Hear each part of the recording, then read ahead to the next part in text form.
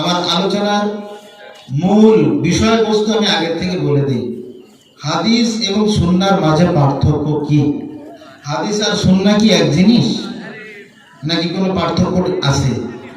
অনুসরণযোগ্য হাদিস নাকি অনুসরণযোগ্য সুন্নাহ? মূল বিষয়বস্তুটা ক্লিয়ার হয়েছে আপনাদের? ক্লিয়ার নাকি ভেজাল আছে?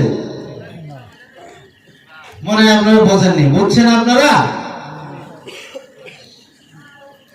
বলতেছিলাম আল্লাহ নবী সাল্লাল্লাহু আলাইহি ওয়াসাল্লাম দুইটা জিনিস আঁকড়ে ধরার কথা বলেছেন। একটা হলো কোরআন। কোরআন তো কতঈয়ু সুবুত কতঈয়ু দালালাত আল্লাহ তাআলার পক্ষ থেকে অকাট্যভাবে প্রমাণিত হয়েছে। আর এটা যে আল্লাহ তাআলার পক্ষ থেকে অবতীর্ণ হয়েছে আর মানতে হবে অকাট্যভাবে, এর ভিতরে কোনো সন্দেহ পোষণ করা যাবে না। যদি কোনো ব্যক্তি করে তাহলে ঈমান আর থাকবে না। আর দ্বিতীয় নাম্বার আরেকটা বিষয়, আল্লাহ নবী সাল্লাল্লাহু আলাইহি ওয়াসাল্লাম রেখে গিয়েছেন আমাদের মাঝে যতগুলো হাদিস আছে, এই হাদিসের ভিতরে আবার কিছু ক্যাটাগরি আছে। সব হাদিসগুলো আমলযোগ্য নয়। শুধু হাদিস পাইলে আরেকটু সহজ করে বলি, মূল বিষয়বস্তু হলো সব হাদিস কি আমলযোগ্য? হাদিস হলেই কি আমলযোগ্য হয় না হয় না? এটা মূল আমার আলোচনার বিষয়বস্তু। এবার কি বুঝে আসছে আপনাদের? আচ্ছা, চলেন তাহলে সামনে যাই। আল্লাহ নবী সাল্লাল্লাহু আলাইহি ওয়াসাল্লামের থেকে যে পরিমাণ হাদিস বর্ণিত হয়েছে, মুহাদ্দিসিন ইকরামগণ একের পর ধারাবাহিকভাবে লিপিবদ্ধ করে গিয়েছেন।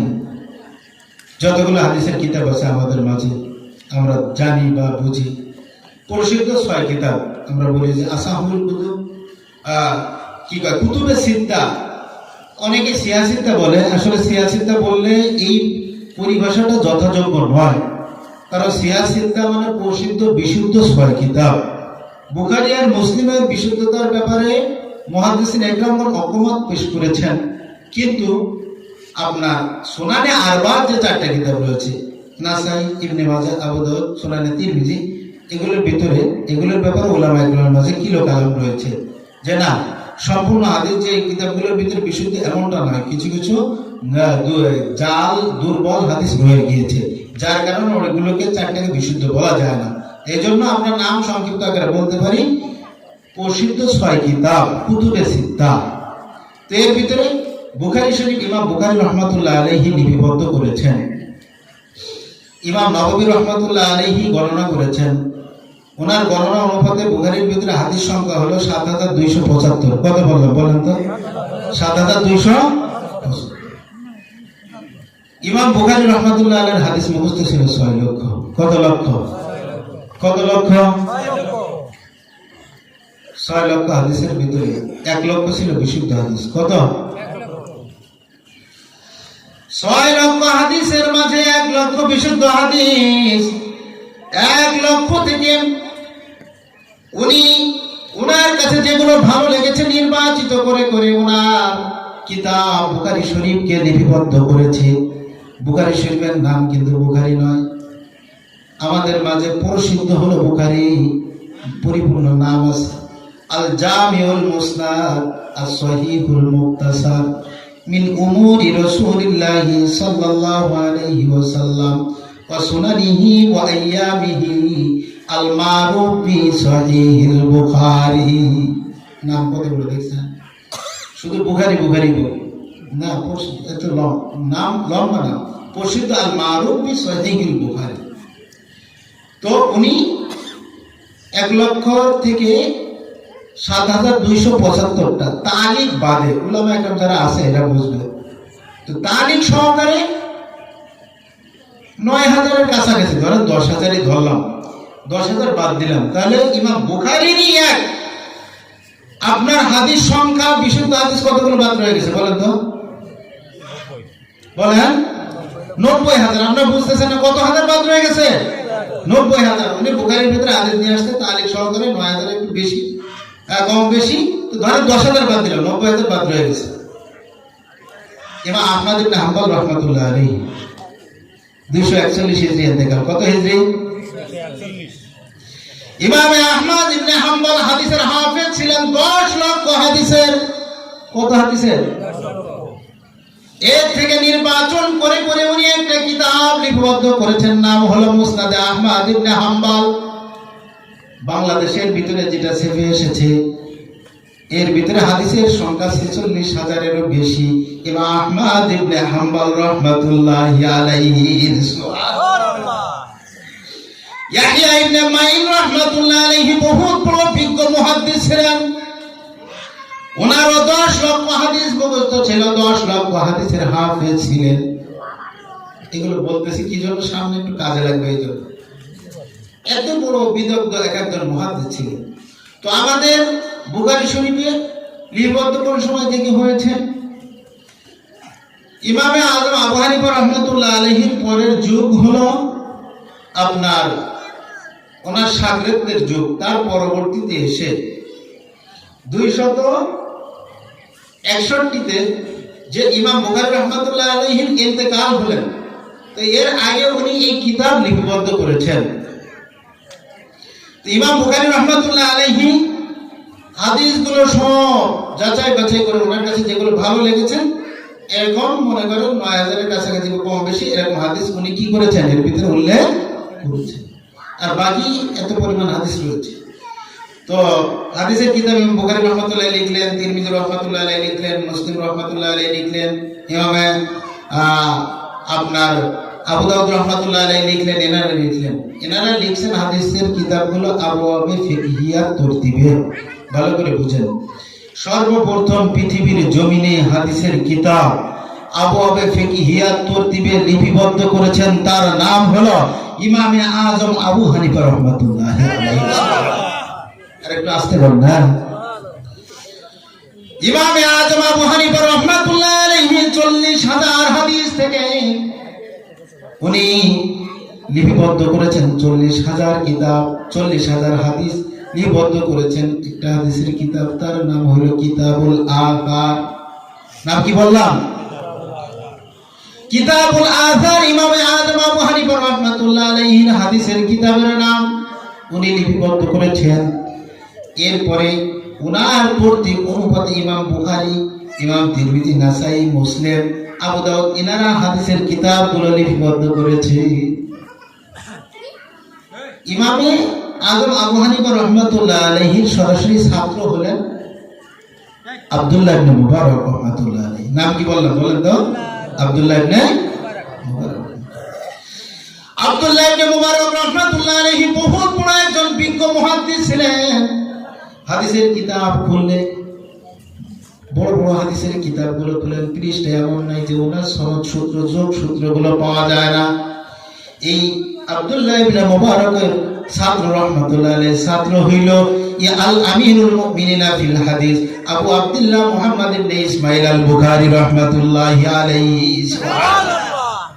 এই সূত্রে দাদা উস্তাদ হইলেন ইমাম বুখারী রাহমাতুল্লাহ, দাদা উস্তাদ হইলেন কেডা?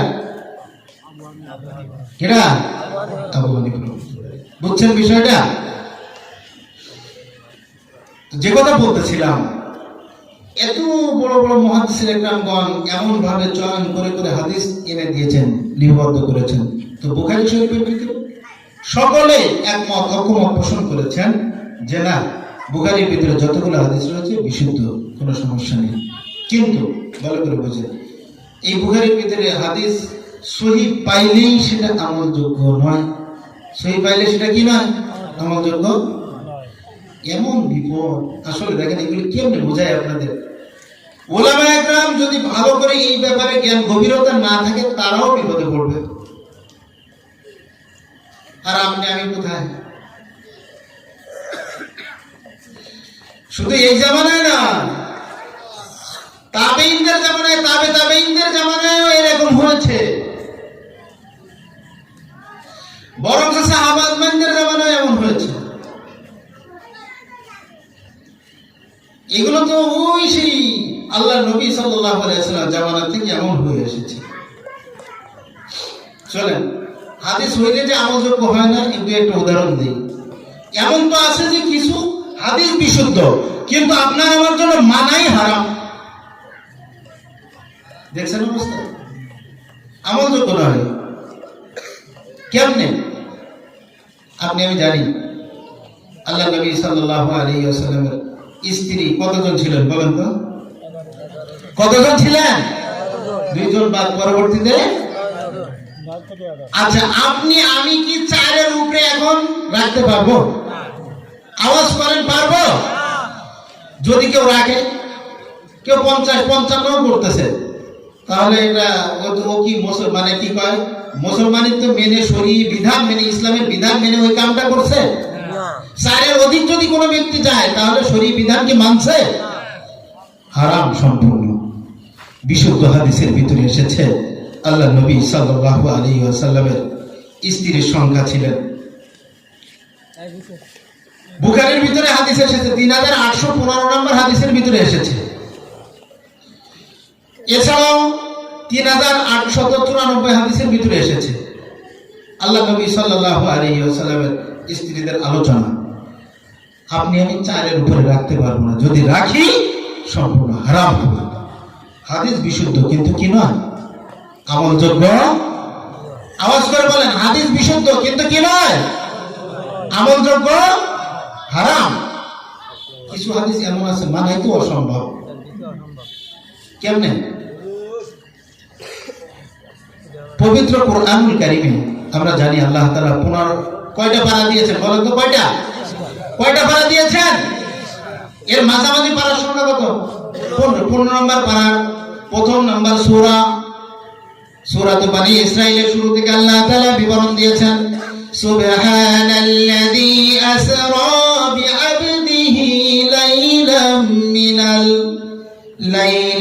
মিনাল মাসজিদিল হারাম ইলাল মাসজিদিল আকসা। পবিত্রতা হলো ওই সত্তার, ওই মহান সত্তার, যিনি তার নিজের বান্দাকে মসজিদে হারাম থেকে নিয়ে একবারে মসজিদে আকসা পর্যন্ত, সেখান থেকে নিয়ে একবারে ঊর্ধ্ব জগৎ পর্যন্ত মহান রব তার নিজের বন্ধু হাবিবকে, তার নিজের বান্দাকে আল্লাহ তাআলা মেরাজ করিয়েছেন। সুবহানাল্লাহ। আল্লাহ নবী সাল্লাল্লাহু আলাইহি ওয়াসাল্লাম মেরাজ হয়েছে কোন জায়গায়? সাত আসমানে উপর পর্যন্ত। আপনার আমার উম্মতের কোনো গ্যারান্টি আছে নাকি? আমি সহিহ হাদিস অনুসরণ করতেছি, মানতেছি, আপনার আমার মেরাজ হয়েছে, এরকম কোন ব্যক্তি আছে? কোন ব্যক্তি বলতে পারবে? জবান খুলে পারবে কি? অসম্ভব। কি বলেছি? কিছু হাদিস এমন আছে মানা কি অসম্ভব। কেমনি মানবে? এটা তো মানা সম্ভব নেই। ভালো করে বুঝেন। আরেকটু সামনে যাই। আল্লাহ নবী সাল্লাল্লাহু আলাইহি ওয়াসাল্লামের যে সময় মেরাজের রজনীতে নিয়ে গিয়েছেন, বুখারীর ভিতরে এসেছে 3887 নম্বর হাদিস। কত বললাম? 3887 নম্বর। এই হাদিসের ভিতরে এসেছে যে সময় মেরাজের রজনীতে নিয়ে যাবে, ওই সময় আল্লাহ নবী সাল্লাল্লাহু আলাইহি ওয়াসাল্লামকে দুইজন ফেরেশতা এসে একবার এর পূর্বে বুক ফেড়ে ফেলেছে, সিনা মোবারক ফেড়ে কলব বের করে স্বর্ণের পাত্রে পবিত্র পানি দ্বারা ধৌত করেছেন। এই ঘটনা আল্লাহ রাসূল সাল্লাল্লাহু আলাইহি ওয়াসাল্লামের জীবদ্দশায় কয়বার সংঘটিত হয়েছে? আওয়াজ করে বলেন, কয়বার? আপনার আমার উম্মতের ফেরেশতারা এসে কয়বার অপারেশন হার্ট সার্জারি মানে ক্লিন হার্ট কয়বার করেছে? সম্ভব? হাদিস মানা এটা কি সম্ভব হলো? বিশুদ্ধ হাদিস বুখারীর ভিতরে এসেছে। এরপর চলেন, আরো কোয়ালিটি আছে। কিছু হাদিস তাহলে মানা পাইলাম হারাম, কিছু এমন মানা অসম্ভব, উম্মতের জন্য কিনা সম্ভব। কিছু হাদিস এমন আছে হাদিস বিশুদ্ধ, কিন্তু এটা আমলযোগ্য নয়, সুন্নাহ। বুখারী শরীফের প্রথম নাম্বার খণ্ডে 224, 25, 26 নাম্বার হাদিসের ভিতরে আসছে। 224, 25 আতা রাসূলুল্লাহ সাল্লাল্লাহু আলাইহি ওয়াসাল্লাম সুবাদাতা কওমিন ফাবালা কায়মান। আল্লাহ নবী সাল্লাল্লাহু আলাইহি ওয়াসাল্লাম একটা ময়লাযুক্ত ডাস্টবিনের এলাকায় এসেছে। আসার পরে ওইখানে দাঁড়িয়ে পেশাব করেছে। আচ্ছা, বুখারীর ভিতরে হাদিস আছে, তাহলে এটা তো বিশুদ্ধ হাদিস, মানা লাগবে না? লাগবে না? হাদিস তো বিশুদ্ধ, কিন্তু এটা কি নয়? সুন্নাহ। দাঁড়িয়ে পেশাব করেন নাকি আপনারা? না। আচ্ছা, যারা এই কথা আমরা বিশুদ্ধ হাদিস মানি, এরা কি দাঁড়িয়ে এই কামটা করে? আওয়াজ করেন, করে নাকি? আচ্ছা, এরাও যদি করে, পুরুষেরা করলে খালি হবে নাকি? এদের মহিলারাও করা লাগবে না? নাহলে কি হাদিস পালন হবে? এরা আওয়াজ করেন না কেন? পালন হবে? আমার কথা বোঝেননি? সুন্নাহ নয়, এটা কি নয়? সুন্নাহ নয়। আমরা বসে করি কেন? অন্য জায়গায় আসছে। আবু দাউদ, তিরমিজি সহ একাধিক হাদিসের কিতাবের ভিতরে এসেছে। তো ওই হাদিসের ভিত্তিতে আমরা বসে পেশাব করি, দাঁড়িয়ে পেশাব করি না। আল্লাহ রাসূল সাল্লাল্লাহু আলাইহি ওয়াসাল্লাম দাঁড়িয়ে কেন বললেন, এটা জবাব কি? মুহাদ্দিসিন একরাম বলেছেন, আল্লাহ রাসূল সাল্লাল্লাহু আলাইহি ওয়াসাল্লাম এমন জায়গায় ওই সময় পৌঁছেছিলেন, পেশাবের বেগও ছিল। যদি পেশাব করে দেন তাহলে উপর থেকে পেশাব ছিটা সম্পূর্ণ এসে গায়ে এসে পড়বে, এমন একটা বিপদযুক্ত জায়গা ছিল। অথবা কোন কোন মুহাদ্দিসিন একরাম বলেছেন ওই সময় প্রচন্ড মাজায় কোমরে ব্যথা ছিল, বেদনা হয়েছিল, যার কারণে বসা সম্ভব হচ্ছিল, যার কারণে আল্লাহ রাসূল সাল্লাল্লাহু আলাইহি ওয়াসাল্লাম অপারগ হয়ে এটা করেছেন। এটা উম্মতের জন্য একটা ভালো। কেউ যদি এমন ইনকেস এমন জায়গায় পড়েছে যেটা অসম্ভব হচ্ছে, তাহলে এটা যদি জীবনে একবার করে ফেলে, তাহলে সর্বোচ্চ জাওয়াজের পর্যায়ে বলা যাবে যে হারাম, এটা বলা যাবে না। তো যাই হোক, যেটা বলতেছিলাম, হাদিস আছে কিন্তু এটা কি না? সুন্নাহ। বুখারীর ভিতরে হাদিস আছে, আল্লাহ রাসূল সাল্লাল্লাহু আলাইহি ওয়াসাল্লাম জুতা পরে নামাজ আদায় করেছেন। আপনি ওই মসজিদে যাই নাকি জুতা নিয়ে? যাই? জুতা নিয়ে জুতা পরে নামাজ পড়ি? আচ্ছা, যদি কোনো ব্যক্তি বলে যে আমি বিশুদ্ধ হাদিস মানি, বুখারীর ভিতরে আসছে জুতা পরে নামাজ আদায় করার কথা, এও ব্যক্তিও কি নিয়ে যায় নাকি? তাহলে এটা কি না? সুন্নাহ। এরকম বহু হাদিসের ভান্ডারে এরকম হাদিস রয়ে গিয়েছে। মানতে হবে কোনটা? সুন্নাহ যেটা, এইগুলো আল্লাহ নবী সাল্লাল্লাহু আলাইহি সাল্লাম ওই শুরুর হাদিসে বলতেছিলেন, আল্লাহ রাসূল সাল্লাল্লাহু আলাইহি সাল্লাম বলেছেন এই কথা যে তোমাদের মানতে হবে সুন্নাহ। আল্লাহ রাসূল সাল্লাল্লাহু আলাইহি সাল্লাম কোথাও এত হাদিসের ভান্ডারে এই কথা বলে নেই যে তোমরা কোরআনে কারীম মানবা আর হাদিস মানবা, এই কথা বলে নেই। বলছে সুন্নাহ মানার কথা। হাদিস মানলে কিভাবে মানবেন দেখেন তো? সম্পূর্ণ হাদিসগুলো মানা, মানে সব হাদিস মানা সম্ভব নয়। একটু আগে যে উদাহরণ, সীমিত আকারে বললাম, সময় সীমিত, আমার সময় শেষ দিকে চলে আসছে। তো আমাদের মানতে হবে কি? কোরআন আর কোনটা? সুন্নাহ। কাকে বলে? আল্লাহ রাসূল সাল্লাল্লাহু আলাইহি ওয়াসাল্লাম করেছেন, বলেছেন, মৌন সমর্থন দিয়েছেন, সাহাবা আজমাইন করেছেন, তাবেঈনরা করেছেন, তাবেঈনরা করেছেন। ওই পথ কর্ম ধারাকেই সুন্নাহ বলা হয়। বুঝাইতে পারছি? এটাকেই সুন্নাহ বলা হয়। তো আমরা যে বিষয়গুলো মানি, সর্বোচ্চ চেষ্টা করি কোরআন এবং সুন্নাহর উপরে ভিত্তিতে আমল করার জন্য। এমন যদি হইতে যায় তাহলে একবার অদ্ভুত মিল হয়ে যাবে, মিল হবে না। ভালো করে বুঝেন, হাদিসের দুইটা মূলনীতি আছে। কয়টা মূলনীতি? একটা মূলনীতি উলামায়ে আহনাফ ফলো করে। যদি কোনো ব্যক্তি কেউ এই কথা বলে যে উলামায়ে আহনাফ যারা আছে, হানাফি মাসলাক যারা অনুসরণ করে, এরা হাদিস মানে না, খালি ফিকহ মানে, মাসলাক মানে। এখন বিষয়টা এমন হয়ে গেছে আমাদের কানে আস্তে আস্তে শুনতে আমরা যদি হাদিস দিয়েই কই, তারপরে কবে কি ওই এমনি কিচ্ছা কাহিনী বা এমনি বানায় গল্প করে গেছে। এটা হয়েছে না অবস্থা? আওয়াজ করেন, এরকম হয়েছে না? আচ্ছা, এর ভিতরে আমি বানায় গল্প করলাম, হাদিসের নাম্বারগুলো বললাম, আয়াত নাম্বার বললাম, যতগুলো কথা বলছি, বাড়তি বললাম তো ঘটনা কিচ্ছা কাহিনী কিছু কইছি? আচ্ছা, আমাদের উলামায়ে কেরাম সম্পূর্ণ এই কথা বললাম, তারপরেও কবে যে না কিচ্ছা কাহিনী। আর কিছু আছে যারা নিজেদের বলবে যে আমরা হাদিসই মানি, ওরা যদি সারাদিন গল্প কিচ্ছা কাহিনীও কয়, তারপরে না হাদিস কইছে, বিশাল বড় আলে হাদিস। কবে না গন্ধ বড় মুশকিল, একটা নুরানি ধোঁকা আপনার উপরে। আপনার কোরআন সুন্নাহ আপনি পাইছেন, কোরআন হাদিস আপনার কাছে ভালো লাগছে, আপনার ইজতিহাদের যোগ্যতা আছে, আপনি মানেন না, কোনো সমস্যা নেই। কিন্তু আরেকজনের পক্ষে যে হাদিস আছে, ওনাকে তো বিরোধিতা করার কোনো দরকার নেই। যে কেউ যদি এই কথা বলে যে না, শুধু যদি হাদিস কি কয়, নামাজের আমাদের যে মূলত যে ইখতিলাফ গুলো দেখা দেয়, বিশেষ করে নামাজের বেশ কিছু মাসআলার ভিতরে, স্বাভাবিক মাসআলার ভিতরে যে ইখতিলাফ গুলো যেগুলো আছে, কিছু বিষয় আছে সুন্নাত, কিছু আছে মুস্তাহাব, সর্বোচ্চ এইগুলা ফরজ ওয়াজিবের ইখতিলাফ না।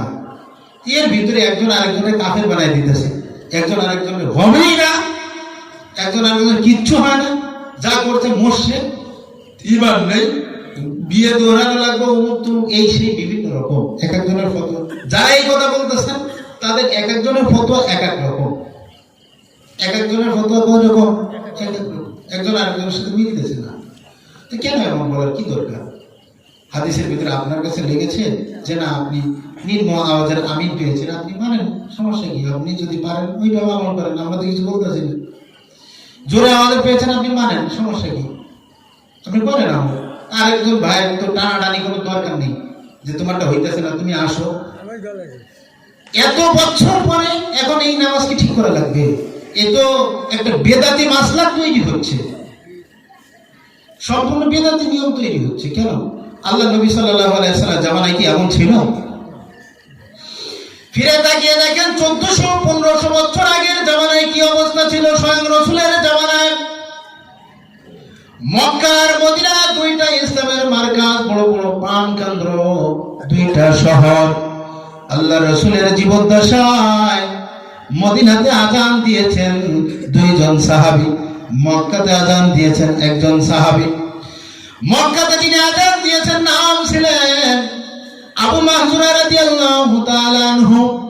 মদিনাতে আযান দিয়েছেন তার নাম ছিল হযরতে বেলাল রাদিয়াল্লাহু আনহু। সাথে আরেকজন সাহাবী ছিলেন হযরতে আব্দুল্লাহ ইবনে উম্মে মাকতুম রাদিয়াল্লাহু আনহু, অন্ধ সাহাবী। মজার বিষয় হলো তিনজন সাহাবীর আযান ছিল দুই রকম। কয় রকম? আওয়াজ করে বলেন, কয় রকম? তিনজন সাহাবীর আযান ছিল দুই রকম। আল্লাহ রাসূল কখনো এই কথা বলে নাই বিলাল তোমার আযান ভুল, আবু মাহজুরা তোমার আযান সঠিক। এই কথা আল্লাহ রাসূলও বলে নাই। শরীয়ত অনুমোদন দাতা যিনি, তিনি অনুমোদন দিয়েছেন। আর আপনি আমি কোন জায়গার মাতবার হয়ে বসলাম, তোমারটাই হয় না আমারটাই সঠিক। স্বয়ং তোমার এই অপবাদ তো আল্লাহ রাসূলের উপরে যায় পড়তেছে। বুঝে আসে কিছু? তিনজন সাহাবীর আযান দুই রকম। কেমন ছিল ভালো করে বুঝেন। আব্দুল্লাহ ইবনে উম্মে মাকতুম রাদিয়াল্লাহু আনহুর আযান ছিল আর বেলাল রাদিয়াল্লাহু আযান ছিল একরকম। আযানের তারজি ছিল না। তারজি আপনারা ভালো করে বুঝবেন, তারজি এলাকার লোক আশহাদু আল্লা ইলাহা ইল্লাল্লাহ দুইবার জোরে আওয়াজে, আশহাদু আন্না মুহাম্মাদুর রাসূলুল্লাহ দুইবার জোরে আওয়াজে, আবার আশহাদু আল্লা ইলাহা ইল্লাল্লাহ দুইবার আস্তে আওয়াজে, আশহাদু আন্না মুহাম্মাদুর রাসূলুল্লাহ আবার দুইবার আস্তে আওয়াজে। এই যে আপ ডাউন সুর দুইবার করে পড়লো, মানে 4 বার করে পড়লে এটাকে তারজি বলা হয়। সংক্ষিপ্ত আকারে বুঝাইলাম। দুইজন সাহাবীর আযান, তিনজন সাহাবীর আযান দুই রকম। আবু মাহজুরা রাদিয়াল্লাহু আনহু মক্কার মসজিদে আযান দিতেন, আযানের তারজি ছিল। বেলাল রাদিয়াল্লাহু আনহু, উম্মে মাকতুম রাদিয়াল্লাহু আযান দিতেন। মদিনাতে আযানে কোনো তারজি ছিল না। কিন্তু আল্লাহর নবী এই কথা বলে নাই। আল্লাহর নবী অনুমোদন দিয়েছেন। ইসলামের ভিতরে আল্লাহ তাআলা প্রশস্ততা দিয়েছেন। আরো একটু বোঝানোর জন্য বলি, আমার পরে বক্তা চলে আসতেছে, আর একটু বোঝানোর জন্য বলি, আল্লাহর নবীর জামানায় আল্লাহ তাআলা ঐশী বিধান মানবতার মুক্তির দূত আল কোরআনকে কত বছর যাবত অবতীর্ণ করেছে বলেন? দীর্ঘ কত বছর? 23 বছর যাবত অবতীর্ণ করেছেন। এই 23 বছরে পুরা কোরআন যে অবতীর্ণ করেছেন আল্লাহ তাআলা, এই কোরআনকে 7 ভাবে পড়ার অনুমতি দিয়েছেন। কয় ভাবে? আওয়াজ করে বলেন, কয় ভাবে? একটু বোঝার জন্য বলি, আমরা বলি ওয়াদ-দুহা ওয়াল-লাইলি ইযা সাজা মা ওয়াদ্দাআকা রাব্বুকা ওয়া মা ক্বালা ওয়ালাল আখিরাতু খায়রুল লাকা মিনাল উলা। আল্লাহ! এমন ভাবে যদি কেউ পড়ে এটাও বিশুদ্ধ। কেউ যদি এমন ভাবে পড়ে ওয়াদ-দুহি ওয়াল-লাইলি ইযা সাজি, আগেটা পড়লাম কি ওয়াদ-দুহা, পরে বললাম ওয়াদ-দুহি, উভয়টা বিশুদ্ধ। কোনটা কি নেই? ভুল। এটা স্বয়ং আল্লাহই অনুমতি দিয়েছেন তার হাবিবকে। শরীয়তের অনুমোদন দাদারাই অনুমোদন দিয়েছেন। তো আপনি আমি এক করার কে? আপনার আমার এই এক করার অধিকারটা কে দিয়েছে? এই বাটপারি করা। কিন্তু এই অধিকার তো আপনার আমার দেয়নি। এক আমিনের ব্যাপারে ছোট্ট একটা কথা বলি। তিরমিজির ভিতরে হাদিস এসেছে, ইমাম তিরমিজি রাহমাতুল্লাহ হাদিস এনে বলতেছেন জাহারা বিহা সাউতাহু কবাজা বিহা সাউতাহু আই মাদ্দা বিহা সাউতাহু ই করেছেন যে আমি জোরেও বলতে পারি, উচ্চ আওয়াজে বলতে পারি, নিম্ন আওয়াজে বলতে পারি। ইমাম তিরমিজি রাহমাতুল্লাহ নিজেই এই কথা বলতে হাদিস বর্ণনা করার পর। এখন কেউ যদি এই কথা বলে যে না তুমি যদি আসতে বলো তাহলে তুমি মুশরিক হয়ে গেলে, শিরক করলে, তোমার নামাজই হয়নি। কেউ যদি এই কথাকে আমি নামাজে আমিনই কম না এত ঝামেলা, তার নামাজ হবে না? আওয়াজ করে বলে নামাজ হবে না? নামাজ হবে। তাহলে এই টানা হেসরা কি দরকার? আরেকটা আমার আলোচনা শেষ পর্যায়ে চলে আসতেছি, এবার বুঝেন। তাহলে শরীয়তের ভিতরে একাধিক পথ দিয়েছেন আল্লাহ তাআলা। আরেকটা হাদিসের কথা বলে বুখারীর ভিতরে এসেছে, আল্লাহ নবী সাল্লাল্লাহু আলাইহি ওয়াসাল্লাম সাহাবাদেরকে আদেশ দিয়েছেন যে আসরের নামাজ বনু কুরাইজা যায় পড়ার জন্য। কিছু সাহাবী প্রতিমধ্যে আসরের নামাজের রক্ত হয়ে গেছে, ওইখানে আসরের রক্তের নামাজ আদায় করে নিয়েছে। কিছু সাহাবী বলছেন যে না, আল্লাহ নবীর আদেশ ছিল বনু কুরাইজা যায় পড়তে, ওখানে যায় নামাজ আদায় করবে, পড়া যাবে না এখানে। সাহাবীদের মাঝে দুই ভাগ হয়েছে না হয়নি বলেন তো? আল্লাহ রাসূলের কাছে গেছে, যাওয়ার পরে বলতেছেন আল্লাহর নবী আপনার আদেশ ছিল বনু কুরাইজায় সে নামাজ আদায় করার জন্য। আমরা কিছু সাহাবী নামাজ আদায় করেছি বনু কুরাইজায় এসে, কিন্তু প্রতিমধ্যে আমাদের কিছু ভাইয়েরা নামাজ আদায় করে নিয়েছে। আল্লাহর নবী কিছু বলে নাই। আল্লাহ নবী কি করে নাই? কিছু মানে উভয়কে আল্লাহ রাসূল সাল্লাল্লাহু আলাইহি ওয়াসাল্লাম অনুমোদন দিয়েছেন।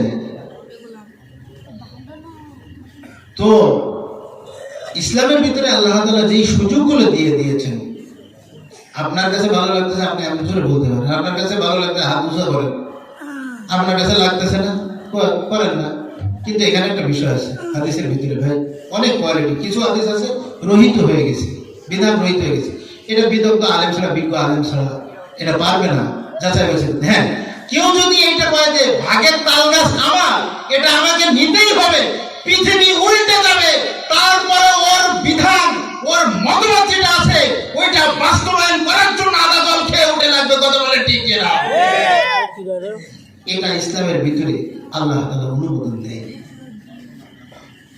ইসলামের ভিতরে আল্লাহ তাআলা সুযোগ দিয়েছেন যে না, একাধিক পন্থায় মানতে হবে, সুযোগ আছে, কেন এমন চড়াবো দরকারটা।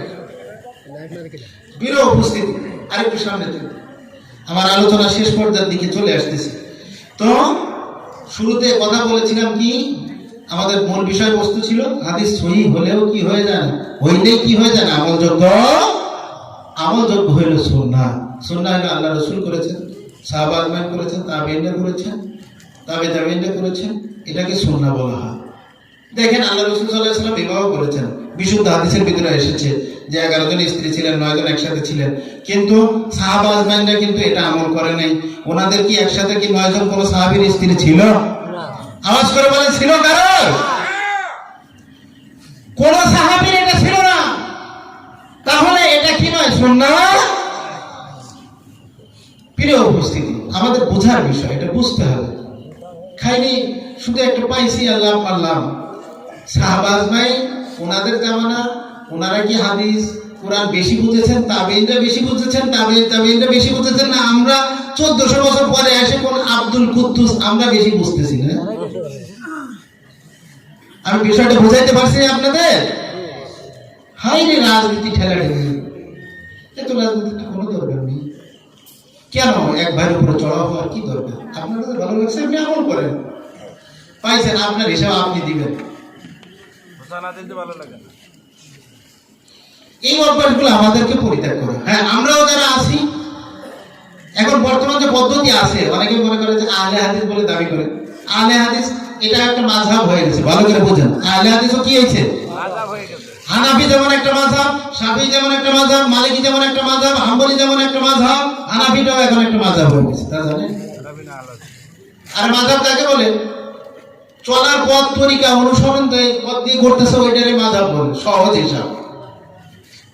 তো যারা অনর্গ কোরআন হাদিস থেকে মাসালা ইস্তেমবাদ করতে পারে, এরা তো বড় হুজুরের কাছে শুনেন অমুক শায়েখ যা বলতেছে ওই অনুবাদে চলতে, তো উনিও তো ওই শায়েখের অনুসরণ করলো। আমরা তো এক মাসলাক মেনে চলি, এক মাযহাব মেনে চলি, আবু হানিফা, এরা তো সব শায়েখ মেনে চলে। তা আমাদের থেকে তো এরা বেশি মাযহাব মানলো।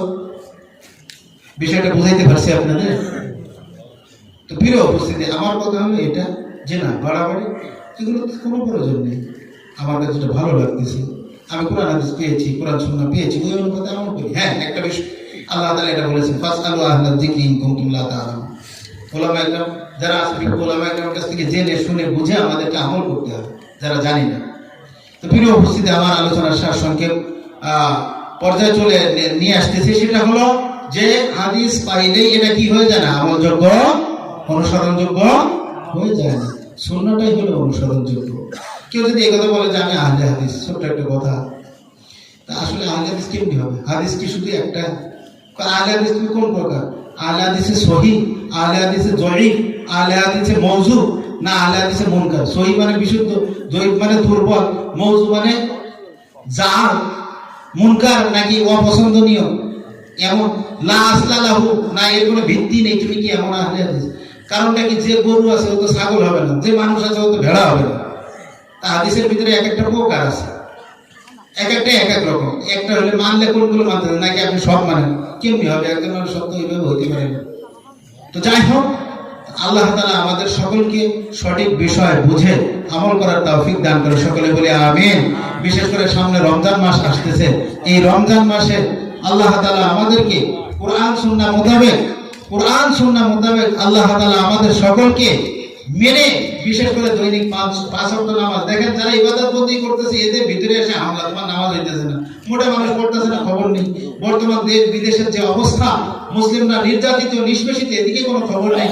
কিন্তু কি হয়েছে, একজন আরেকজনের উপরে চড়াও হচ্ছে, বিপদ আপদ উঠাইতেছে। এগুলো দরকার নেই। আপনার কাছে যেটা ভালো লাগছে আপনি ওইভাবে আমল করেন। ভাই একজনের দরকার দেখি আরেকজনের উপরে খোঁচা মারেন। একজন যেভাবে আমল করতে, ওর কাছে তো হাদিস আছে। আরে সাধারণ যারা আছে এদের কি হাদিস বলতে পারে?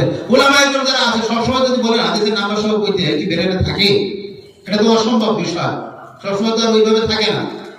এই জন্য যে কথা বলতেছিলাম, আপনার কাছে যেটা ভালো লাগছে ওইভাবে আপনি আমল করেন, একজন আরেকজনের উপরে হামলা করার দরকার নেই। আল্লাহ তাআলা আমাদের সঠিকটা বোঝার তৌফিক দান করেন। সকলে বলি আমিন।